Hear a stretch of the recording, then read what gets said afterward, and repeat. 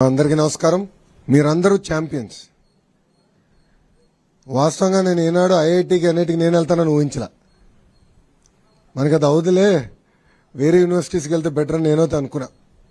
కానీ ఈరోజు మీరు కష్టపడి బాగా చదివి మీ వెనకాల ఉన్న తల్లిదండ్రులు గర్వంగా నవ్వుతూ సాధించారు.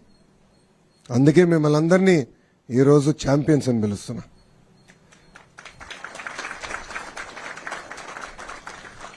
నాకు ఛాలెంజ్ అంటే బాగా ఇష్టం. బాబు గారు అంటే చంద్రబాబు నాయుడు గారు గౌరవ ముఖ్యమంత్రి వర్యులు నేను ప్రత్యక్ష రాజకీయాలు పోటీ చేయాలనుకున్నప్పుడు ఈజీ కాన్స్టిట్యున్సీస్ ఉన్నాయి, ఈ నియోజకవర్గాలకు వెళ్ళి నాకు ఈజీ అవుతుంది, నీకు ఈజీ అవుతుందని చెప్పారు. నేను తీసుకోవాలా. ఎప్పుడు గెలవని నియోజకవర్గం నాకు ఇవ్వండి, పోటీ చేస్తా, గెలుచుకుని వస్తానని చెప్పాను. ఆనాడు ఓడిపోయా. 2019లో నేను ఓడిపోయా. 5,300 పైచిలకు ఓట్లతో ఓడిపోయా. కానీ ఓడిపోయిన రోజు దగ్గర నుంచి మొన్న ఎన్నికలయ్యే వరకు అంటే 5 సంవత్సరాలు అక్కడనే కష్టపడ్డా, అక్కడనే పోరాడా, ఒక ఛాలెంజ్ తీసుకుని ఎట్టి పరిస్థితుల్లో మళ్ళీ గెలవాలి అన్న లక్ష్యంతో పనిచేశా. నేను విద్యాశాఖ మంత్రి అవుతున్నానని న్యూస్లో వచ్చినప్పుడు ఎంతో మంది నాకు ఫోన్ చేశారు. ఎందుకు సార్ అంత కాంప్లికేటెడ్ శాఖ, ఐటీ ఇండస్ట్రీస్ ఎన్ని ఈజీగా ఉంటాయి, మీరు అదే తీసుకోండి, ఇది మీకు కష్టమైన పని అని చెప్పారు. కానీ నేను ఒప్పుకోలా. ప్రజల జీవితంలో ఒక మార్పు తీసుకురావాలి, కష్టపడాలి, మనలాంటి యువకులు కీలకమైన శాఖలో ఉండాలి, యువత ఎదుర్కొన్న సమస్యలు నేను నేరుగా తెలుసుకునే పాదయాత్రలో. అందుకే కష్టమైన శాఖ నేను తీసుకుంటాను, ఒక ఛాలెంజ్గా తీసుకుంటానని ఆనాడు నిర్ణయించా.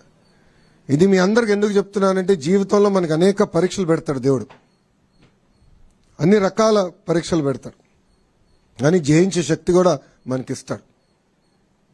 కలిసికట్టుగా మనందరం పోరాడితే ఎవ్రీథింగ్ ఈజ్ పాసిబుల్.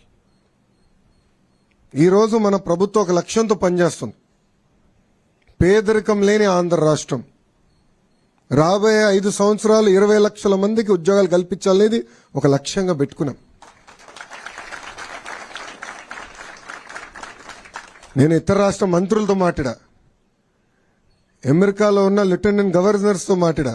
వాళ్ళందరూ ఆశ్చర్యపోతున్నారు, ఇన్ని ఉద్యోగాలు మీరు చేయగలుగుతారా అని, తీసుకురాగలుగుతారా అని. గతంలో తీసుకొచ్చాం, మేము చూపించాం. గతంలో 5 సంవత్సరాల్లో దాదాపు 7 లక్షల ఉద్యోగాలు తీసుకొచ్చాం. సో ఒక లక్ష్యంతో పనిచేస్తున్నాం. దాంట్లో భాగంగా కేజీ నుంచి పీజీ వరకు విద్యలో సంస్కరణలు తీసుకురావాలి, మార్పు తీసుకురావాలి లక్ష్యంతో ఒక బాధ్యత నేను స్వీకరించాను. బాబు గారు ఎప్పుడు ప్రజల పరిపాలన ఉండాలని చెప్తారు. మా అందరికి కూడా మినిస్ట్రీస్ కేటాయించిన తర్వాత మేము అందరం కలిసాం. ప్రజలు ఎదుర్కొన్న సమస్యలు మీరు తెలుసుకోండి, ప్రజల సమస్యలు మీరు పరిష్కరించండి అని చెప్పారు. నా నంబర్ను ఎక్కడ సంపాదించావు నాకు తెలియదురా స్వామి. పెట్టాడు. ఆ రోజు బాధ కలిగింది. ఏదో దీనికి సొల్యూషన్ ఉండాలి, ఏం చేయాలని ఆలోచించాం. నాకు మెసేజ్ పెట్టినండి, నేను ఇమ్మీడియట్గా నా ఓఎస్డీ గారు చెప్పా, శశి సార్ని లేపాను, ఎటోగా సొల్యూషన్ ఎతకాలి. అప్పుడు నిధి గారు ఏకంగా జేఈతో డైరెక్ట్గా మాట్లాడి ఏం చేయాలి, పరిష్కారం మార్గం ఏంటని ఎత్తుకాం. 2-3 సార్లు మీతో మాట్లాడడం కూడా, ఏంటి వాట్ ఈస్ ద సొల్యూషన్ అని.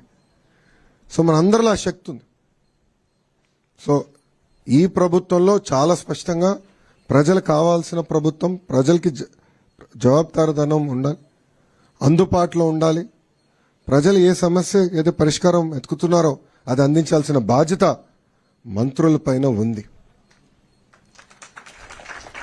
వాస్తవంగా నేను ఎంత కష్టపడినా ఈ 5 సంవత్సరాలు ఈరోజు ఈవెంట్ నేను మర్చిపోలేను. ఎందుకంటే మీ తల్లిదండ్రులు అందరు నవ్వుతా, నేను ఈ రూమ్లో అడుగుపెట్టినప్పుడు నవ్వుతా నన్ను పలకరించారు. నాకు తెలుసు. వాస్తవంగా నేను స్టాన్ఫర్డ్ ఎంబీఏకి అప్లై చేసినప్పుడు నాకు వస్తున్నాను అనుకోలే. 3 యూనివర్సిటీస్కి అప్లై చేశా. స్టాన్ఫర్డ్ లీస్ట్ ఛాన్స్ అనుకున్నా. కానీ ఎప్పుడైతే నాకు ఇంటర్వ్యూ లెటర్ వచ్చిందో ఇంట్లో చెప్పా, ఇట్లా ఇంటర్వ్యూ లెటర్ వచ్చింది. నా తల్లిలో నా నవ్వున ఈ రోజు కూడా మర్చిపోలేను.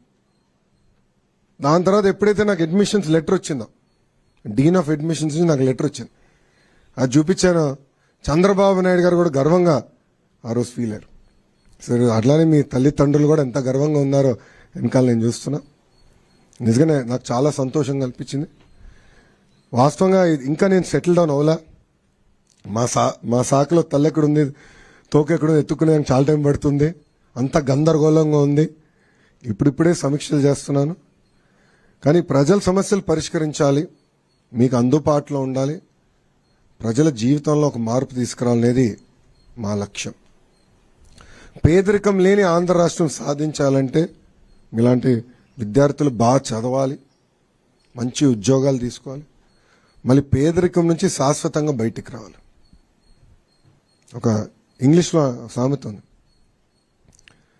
రోజు ఒక చేప ఇచ్చే బదులు చేప ఎట్లా పట్టాలో నేర్పిస్తే అతను బాగా పైకి వస్తాడని. అది మా ప్రభుత్వం లక్ష్యం. సంక్షేమం చేస్తాం కానీ శాశ్వతంగా పేదరికం నుంచి బయటికి తీసుకురావాలంటే దాని మార్గం ఒక్కటే, విద్య ద్వారా. ఒకటి కేజీ టు పీజీ వరకు మొత్తం విద్యని బలోపేతం చేయాలి, స్కిల్ డెవలప్మెంట్ లాంటి అనేక కార్యక్రమాలు చేయాలి, జాబ్ రెడీ యూత్ తయారు చేయాలి.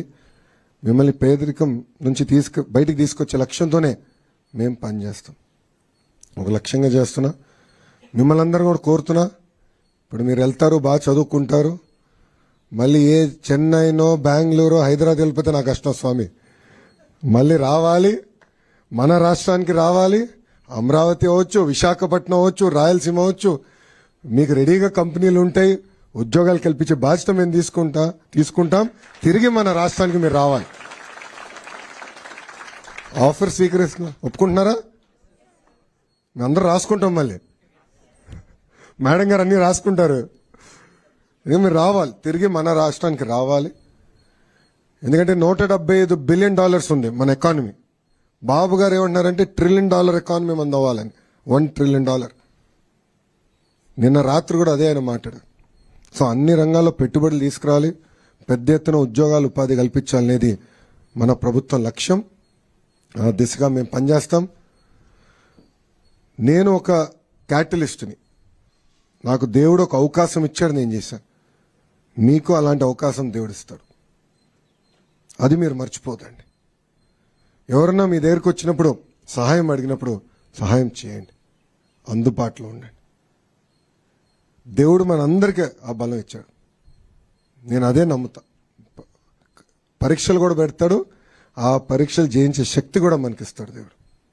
సో దయచేసి ఇది గుర్తుపెట్టుకోవాలని మిమ్మల్ని అందరినీ కోరుకుంటూ, నా పక్కన కూర్చున్న మూనా శశి గారిని, నిధి మేడం గారిని నిజంగానే I'm very very thankful for you sir and madam. ఎందుకంటే వీకెండ్ అయినా పర్సనల్గా తీసుకున్నారు ఈ ఇష్యూ, పర్సనల్గా తీసుకుని, ఎందుకంటే మంత్రిగా నేను చెప్తాం ఒక ఎత్తు, మళ్ళీ వాళ్ళు పని చేయాలి, కానీ కలిసికట్టుగా పనిచేశారు. ఇది దీనికి సక్సెస్ అయిన కారణం కూడా వీళ్ళిద్దరని సభాముఖంగా మీ అందరికి తెలుపుకుంటూ, వాళ్ళు నేను అభినందిస్తూ, ఒకసారి మీరు ఇంట్రడ్యూస్ చేయండి, తర్వాత ఒక ఇంటరాక్షన్ ప్రోగ్రామ్ పెట్టుకుందాం. ఓకేనా? థ్యాంక్ యూ అమ్మా. జై హింద్.